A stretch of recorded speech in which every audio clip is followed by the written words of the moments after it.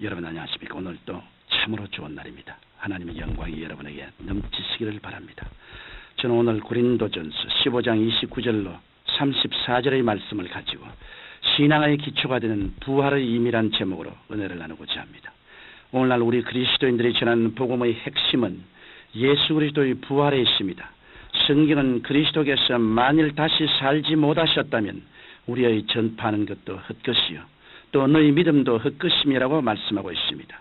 이처럼 예수 그리스도의 부활은 우리의 신앙의 기초가 되고 근본이 됩니다.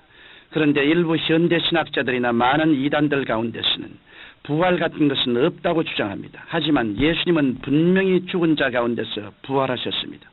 이 사실은 구약 성경에 예언되었고 신약 성경에도 많은 사람들이 목격하고 증거한 것입니다. 뿐만 아니라 하나님께서는 예수님의 부활의 증거로 성령을 우리에게 보내주셨습니다. 예수님께서는 하나님 아버지께로서 가면 아버지께로서 나오시는 성령을 우리에게 보내주시겠다고 약속하셨습니다. 또한 예수님께서 부활하셔서 하늘나라로 가지 않으면 성령이 우리에게 오시지 않는다고 말씀하셨습니다. 그러므로 성령이 이 땅에 오시고 또 우리들에게 오신 것은 예수님께서 부활하여 승천하셨다는 명백한 증거가 되는 것입니다.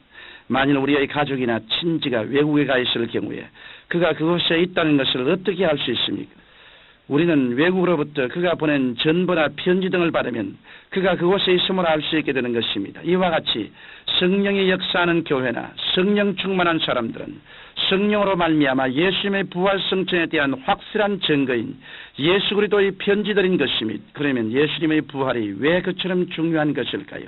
이제 저는 예수님의 부활이 갖는 중요한 몇 가지 의미를 여러분에게 말씀해 드리겠습니다. 첫째로 예수 그리스도의 부활은 주님께서 인류의 모든 죄를 영원히 청산하셨음을 의미합니다. 인류 역사가 시작된 이래로 죄의 문제는 인류에게 안겨진 가장 큰 과제였습니다. 그러나 움직일수록 더 깊이 빠져들어가는 수렁처럼 인류가 죄의 문제를 붙잡고 발부둥 칠수록 인류는 점점 더 깊은 죄의 수렁 속에서 허덕이게 되었습니다. 그러면 죄가 왜 인류의 역사 속에 들어와 끈질기게 인류를 도적질하고 죽이고 멸망시키는 일을 하게 되었을까요? 우리는 그 해답을 성경에서 찾을 수 있습니다. 성경은 분명히 첫 인간인 아담이 그 안에 하와와 함께 하나님의 명령을 어기고 반역함으로 죄가 이 세상에 들어왔다고 말씀하고 있습니다. 로마서 5장 12절에 보면 이러므로 한 사람으로 말미암아 죄가 세상에 들어오고 죄로 말미암아 사망이 왔나니 이와 같이 모든 사람이 죄를 지었으므로 사망이 모든 사람에게 이르르느니라고 기록되어 있는 것입니다. 그러므로 오늘날 모든 사람은 영원한 원죄와 매일 짓는 자범죄에서 벗어날 수 없고 그 결과 사망과 멸망을 피할 수 없게 되었습니다. 그러나 하나님께서는 인류의 죄의 문제를 위하여 예수 그리스도를 인간 세상에 보내사 십자가 위에서 모든 죄를 청산케 하셨습니다.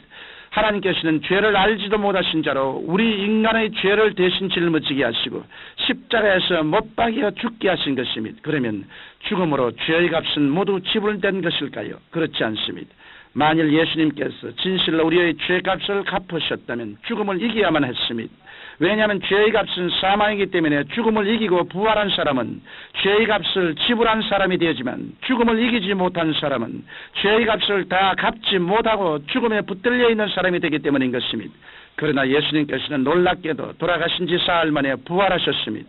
예수님께서는 우리가 짊어진 죄를 하나도 남김없이 모두 청산하신 것입니다. 이로써 인류의 수건이든 죄의 문제는 예수님 안에서 깨끗이 해결되었습니다. 이제 누구든지 예수님을 구주로 모시면 하나님께서는 예수님으로 말미암아 그의 일생의 죄를 다 용서해 주시고 의로움을 입혀 주시는 것입니다. 둘째로 예수 그리스도의 부활은 주님께서 영원히 죽음을 멸하셨음을 의미합니다. 인간에게 있어서 절대적인 공포는 죽음입니다. 죽음의 문제에 관해서는 어떤 사람도 해답을 줄 수 없습니다. 사람들은 죽음의 임박에서 조금이라도 더 살려고 몸부림치지만 꿈같은 소망일 뿐 더 살 수 없습니다. 이 땅을 떠날 때가 되면 좋든 싫든 우리의 영혼은 육체를 떠나가고 우리의 육체는 먼지와 티끌로 돌아가고 맙니다.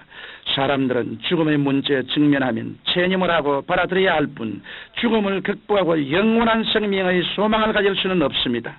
하지만 예수님께서는 사람들에게 영생의 소망을 주셨습니다. 예수님께서는 성경 요한복음 11장 25절로 26절에서 나는 부활이요 생명이니 나를 믿는 자는 죽어도 살겠고 무릇 살아서 나를 믿는 자는 영원히 죽지 아니하리니 이것을 내가 믿느냐고 마르다에게 물으셨습니다. 그리고 죽은 지 나흘이나 되는 나사로를 살려내셨습니다. 이로써 예수님께서는 자신에게 사망의 세력을 극복할 수 있는 능력이 있음을 보여주셨던 것입니다. 뿐만 아니라 예수님께서는 친히 죽음을 짊어지시고 돌아가신 후 사망과 싸워 부활하심으로 말미암아 사망을 철폐하고 승리하셨음을 증명하셨습니다. 그리하여 죽기를 무수함으로 일생에 매여 종로를 하는 모든 자들을 놓아주신 것입니다. 그러므로 오늘날 예수님을 믿는 사람들에게는 죽음이 없습니다. 소위 말하는 죽음이란 우리들이 단지 장막집을 벗어버리고 영원한 집으로 들어가는 하나의 입문에 불과하므로 우리들에게 죽음이란 있을 수 없습니다. 이와 같이 예수님께서 죽으셨다가 부활하심은 우리가 영원한 죽음에서 영원한 생명으로 옮겨졌음을 의미하는 것입니다. 셋째로 예수님이 부활하심은 마귀를 영원히 폐주시킨 것을 의미합니다. 아담과 하와가 타락한 이후로 인류의 생활 속에 들어와 있던 마귀는 어떻게 하는지 인간들이 하나님을 따르지 못하도록 인간을 부패시켜 왔습니다. 마귀는 사람의 약점을 잡아 돈으로 부패시킬 수 있는 사람은 돈으로 부패시키고 육체의 쾌락을 통해 타락시킬 수 있는 사람은 육체의 쾌락으로 타락해 하였습니다. 이처럼 마귀는 육신의 정욕과 안목의 정욕과 이 세상의 자랑을 쫓도록 언제나 인간을 시험하고 혼미케 하며 파멸시키는 일을 했습니다. 그러면 인간은 무엇 때문에 마귀의 포로가 되어 덕질을 당하고 죽임을 당하고 멸망을 당하게 되었을까요? 그것은 인간의 죄값으로 말미암은 것입니다. 아담과 하와가 하나님을 반역하자 마귀는 그 죄값으로 인간을 사로잡은 것입니다. 그리고 그 죄값에 대한 최대의 올무는 죽음입니다. 죄의 마지막은 사망인 것입니다. 하지만 성경은 그리스도 예수 안에 있는 생명의 성령의 법이 죄와 사망의 법에서 너를 해방했다고 분명히 말씀하고 있습니다. 예수님께서는 죽으셨다가 부활하신 그 능력으로 말미암아 마귀의 최대 무기인 죄와 사망을 철폐하고 마귀의 모든 세력을 꺾어버린 것입니다.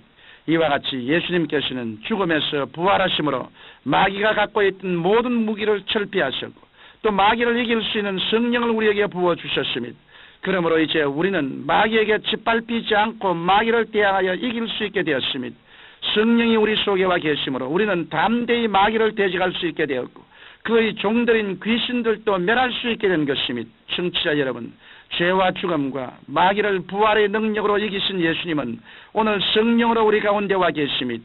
이제 여러분과 저는 승리자입니다.